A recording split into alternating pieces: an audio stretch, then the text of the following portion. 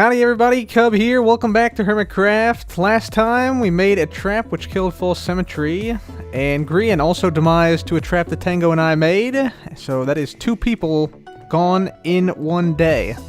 And today guys, we are hot on the trail of a Mr. Joe Hills. He's somewhere here. I know he was here in his last episode.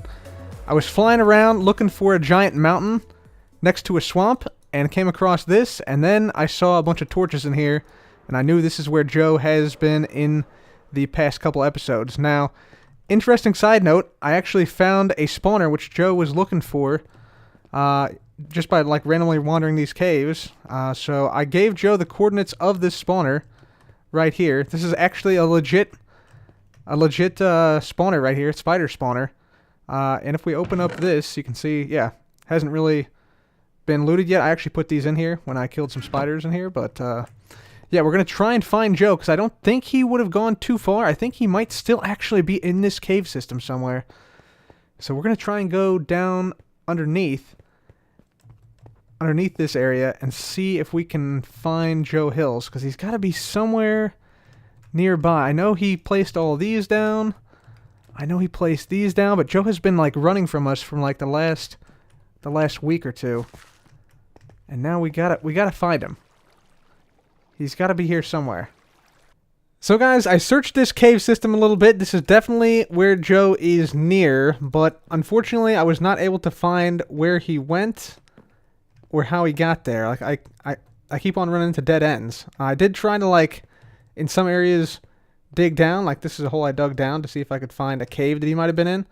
And I found a cave down there, but it was unexplored, so I think he's definitely in this area, very close to this location, but I'm not exactly sure where, and he has since logged out.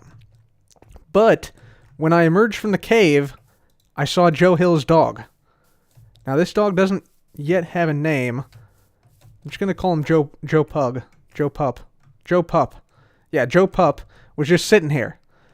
So I think we might actually have a way to get Joe. I'm going to be honest, guys. I kind of want to trap Joe Pup. I just want to test this out. Let me see what happens if I put a pressure plate here. Let's just... We could actually trap Joe Pup here. if we left him on a pressure plate. Oh, that would be pretty funny. But we could also kidnap him. We could also kidnap Joe Pup in an attempt to lure out Joe Hills. I got a decision to make here. You know what? Dog napping it is. Dog napping it is. Let's see if this is even possible. I don't even know if this will work. But we're going to try and just nudge Joe Pup over. Oh, he's in.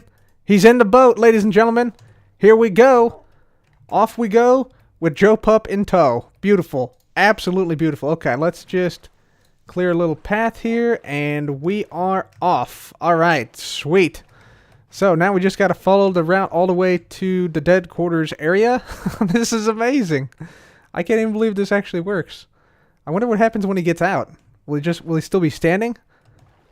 He might still just be standing, in which case this might not work. But if he doesn't stand up, if he's still sitting down, this could potentially be a winner for us. Let's see. Oh no, which way? Oh, I got to go around the other long way. Dang it, I'm getting confused. Okay, let's see if we can make it to the river again. There it is. Yep. Okay. We'll make it to the river. We're going to try and take this pup all the way back to the Deadquarters. Ladies and gentlemen, welcome back to the incredible adventures of Joe Pup. It has now been 3 days, and we have crashed and died with the Elytra, but we're almost there. We are almost there. Let me clear some foliage here. Alright, so we got Joe Pup in here. This is the last body of water we got to reach, because I think this now connects up to where the Deadquarters is. Yes. Okay. So, all we got to do is get him up this. Unfortunately, I drove Joe Pup into a lake, which is actually lower than the water level, which was quite unfortunate. But I think we can manage. I think we can manage this. So we're going to move Joe Pup up here into this corner, right? Okay. And then we're going to push him upward. And then we can drive him over this. Hopefully. Yes. Oh, no, I think it sunk. Yep, it sunk. It sunk. But Joe Pup is on the right level now, pretty much. So, I think this will still work. We have failed this test successfully right here. There we go. Okay, so now we just need to get this back. We're going to use the axe to make sure not to harm Joe Pup. Joe Pup, by the way, having a grand old time. Look at him. He loves me. He loves me. It might be some Stockholm Syndrome stuff going on here, though. You never know. Alright, so then we just push Joe Pup in a little further, and he's somehow sitting on the boat. Wait a minute, can I transport him like this? What is... Am I still connected to the server? What's going on? Joe Pup is secured. I need to also secure my stuff so I don't leave it behind here. Don't want to leave my redstone box and things behind here. There we go. Okay, we'll pick this up. Put that in there. Perfect. Okay. Absolutely wonderful. Alright, final stretch of the journey. Let's go, Joe Pup. And we have made it, ladies and gentlemen. We have successfully transported Joe Pup to our to our Deadquarters, to the headquarters of the Dead Team. And now the question becomes, what do we do with him? What do we do with Joe Pup? Ladies and gentlemen, Joe Pup has made it to the Deadquarters. Now the question becomes, what do we do with Joe Pup? Do we spoil him rotten? This is the creepiest thing I have seen in-game in quite some time. Hello, Joe Pup. Only Joe Pup would do this. This is really weird. Does he stop doing? Oh, he still does it even if I'm not holding the meat. Okay. I'm going to take a few steps back from this Joe Pup. He is scanning the perimeter. This might be a Joe Hills trick. Well, guys, I think this dog is possessed, so I'm going to have to hand it off to the dog expert here, False Cemetery. Hello, False? Apparently so, yeah. I'll take that, dog expert. I'm not sure about possessed dogs, though. Yeah, I mean, I have to say, like, I did kidnap this guy from Joe. This is Joe Pup, by the way. Okay. Hi, so, Joe Pup. I know you've been looking to trap. I know you've been looking to get in on this demise action after demising to a unexpected explosion, I heard. I have, yeah. Thanks to you, by the way. I appreciate it. No problem, no problem, right, no problem. Very helpful, very helpful. Sure thing, sure thing. So this is Joe Hill's dog, so this could be useful to lure him out. Yeah, that would be kind of great, actually, because he's hunkered down, and I guess he might want his friend back, I guess? Although his friend does look, increasingly confused in there. Yeah, it might be. What is wrong with him? I really don't know. I'm gonna be honest. I mean, I might need to put him down. Honestly, like he just doesn't look too well. yeah. I mean, it's up to you. It's too hot for me. Too hot. Joe knows I have the dog, so I'm gonna hand it off to you, and hopefully you can do something with it. Okay, sweet. Well, I'll hide him, and then I'll do something with him. Oh, okay. Yeah, make sure you get that. He likes the treats, so that'll help you control him a little bit. Sweet. You know? I'll do that. Sweet. All right. Thank you very much. So False Cemetery is now in charge of Joe Pup. Hopefully she can use Joe Pup to lure Joe Hills out of the mountains and out of the caves, and yeah, potentially get him to demise. That'll be interesting to see. So that is great. In the meantime, we are here at the Deadquarters because we got a little bit of work to do. What we're going to do today is we're going to make the puzzle on the second story. Alright guys, so we're on the second story of the Deadquarters here, and basically what we're doing is we're putting down some more decoration. So we're putting down some grandfather clocks like this throughout this second story. And these grandfather clocks are basically going to be a puzzle for the Alive team to solve in order to gain access to the upper floors, where there are further secrets to be revealed by the Dead Team and about the Dead Team. So yeah, we're going to go ahead and make these puzzles here. This puzzle is actually going to be all about the grandfather clock, so you're going to have to rotate this item frame to the correct time, so to speak. So like this would be midnight right here, and this would be 3 o'clock, and this would be 6 o'clock, and then 9 o'clock. This would be like 10 or 11 right here, and then back to 12 o'clock right there. So yeah, the Alive team is going to have to rotate these item frames to the correct time on all of these to access the next floor. And we have some traps around here. I'm going to put some more traps. I'll probably put some traps in here as well, just to make it interesting. And so I'm thinking what we'll probably do is we'll probably have like an item here that's renamed. It says like go to, like find the lectern, right? And so it'll be like this lectern is connected to that clock. And so you come over here, there'll be a book in here, a written book, like so. There'll be some instructions in here, like find the time where Scar takes his protein powder. or something like that. So then they have to go out to Scar's gymnasium crypt and find the time there, and then put that time on this clock. So let's say it's 6 o'clock. They'd put the arrow like this, and then they'd go on to the next one. And there would be like a thing here that says like, go to Tango's parlor room and do this, and find the button or something like that. And there's obviously like a button back here. They come here, they have to look in here, grab the book out, and then follow the instructions there. So that's sort of the idea with this thing. I think it could be pretty cool.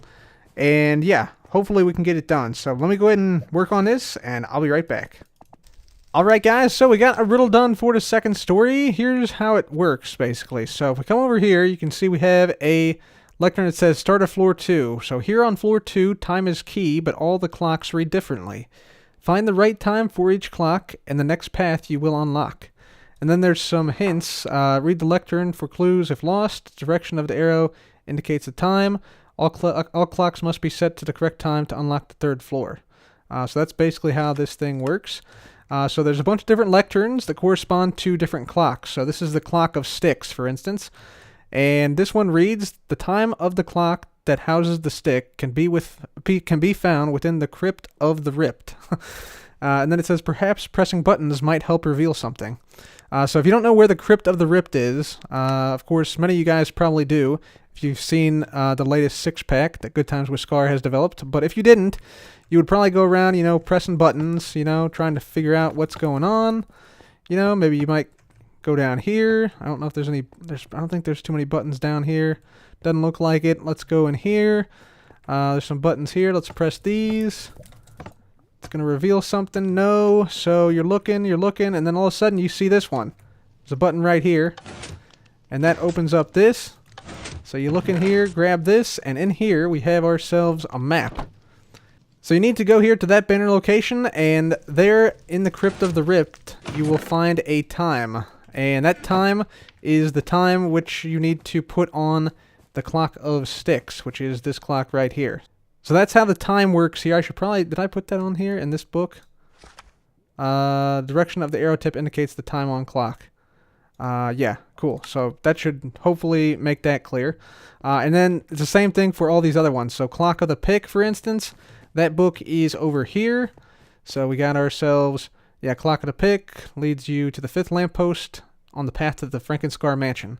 Perhaps there's a chest with a map which can lead you to it. So if you don't know where that is, you can look in any of these chests here.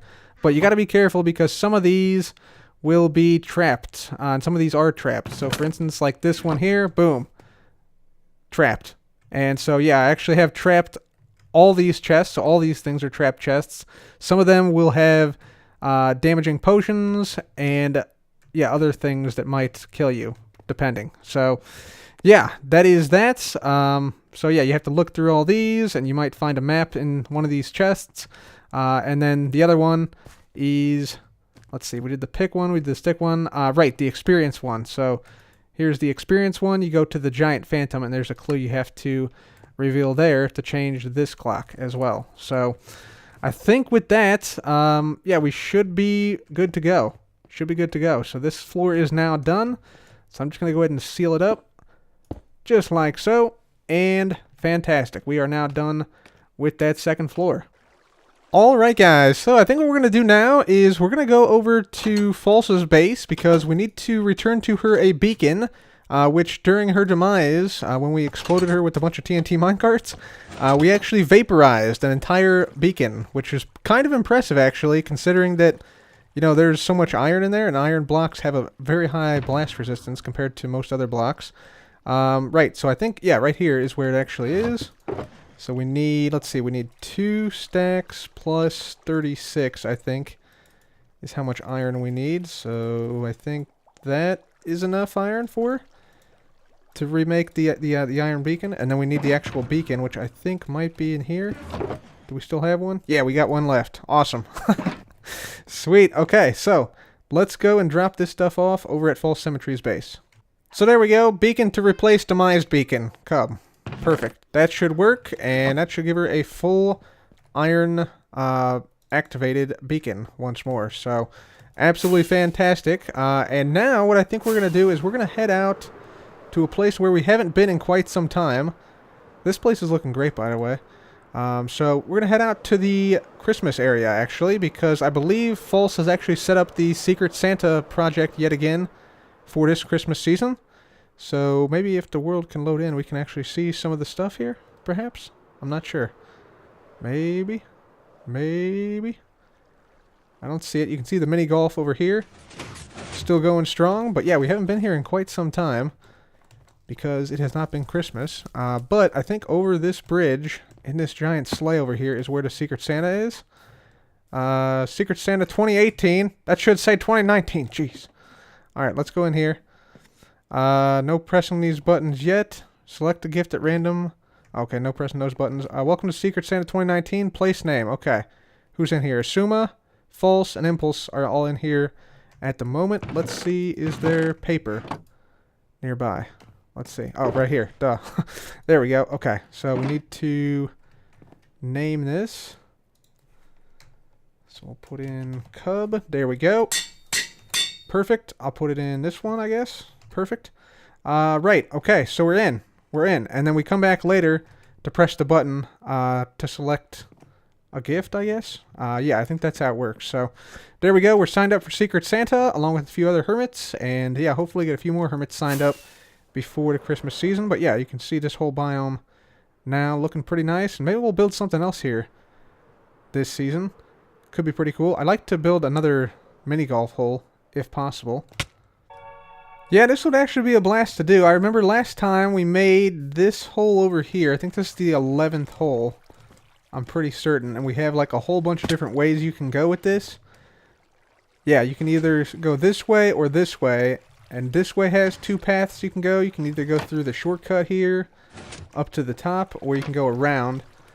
And this way I think you can either like make it...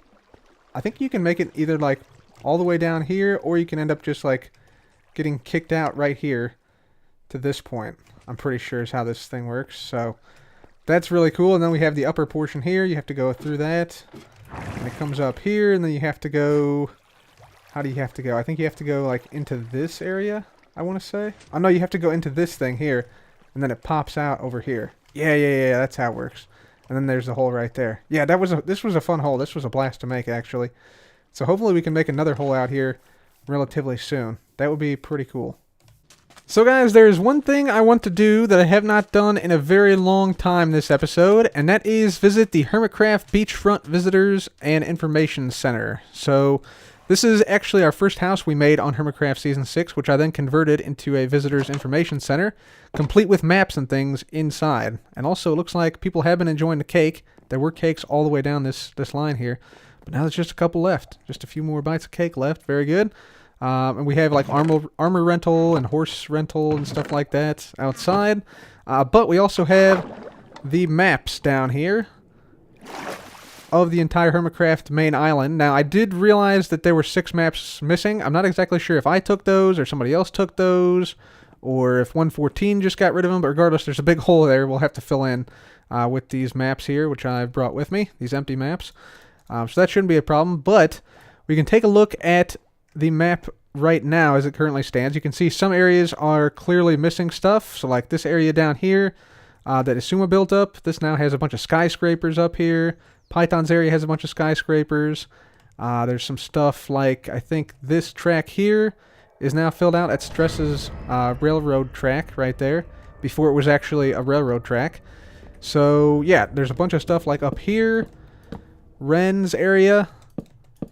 Rendog's area is totally devoid of any buildings whatsoever, so that area is going to totally change. So it's going to be cool to see how this area totally changes. The only area that's not going to change is Concorp, because Concorp is actually the only area I think on this map that is continuously updated. So we even have the diamond there from the last episode and all the buildings we've created so far. But yeah, we're going to see how all the other areas have changed throughout the course of the season, and yeah, hopefully we can I can show you guys like a snapshot of like the before and after of each section. So I'm just going to start here to take some screenshots of these areas, and then I will show you guys some of the updated screenshots from the previous version of this. So give me a sec here. I'll be right back. Alright guys, so the map has now been totally updated, so yeah, looks pretty wild, and yeah, the shopping district, this whole area here is just absolutely insane. So yeah, pretty cool. Lots of really interesting little like nooks and crannies and things you can see in this map, some of which I was not even aware of, so yeah, you can see Concorp over here, you can see Ren's area now with some buildings, we got a giant squid up here. The Pirate Island district has more buildings in it. Shopping district looks completely insane over here, right there. So yeah, that's pretty crazy. And then we have the modern district down here with the Sumo skyscrapers and Python skyscrapers all updated as well. Not to mention a lot of building being done in the medieval and things that are still being updated to this very day. So very cool. So with that, guys, I think I'm going to have to call that an episode for today, but I will show you guys a before and after of several of the regions here on the server and how they've changed over the last few days and months. But anyways, for now, that is going to have to be it for me today. Thank you so much for watching. This has been Cub. Goodbye.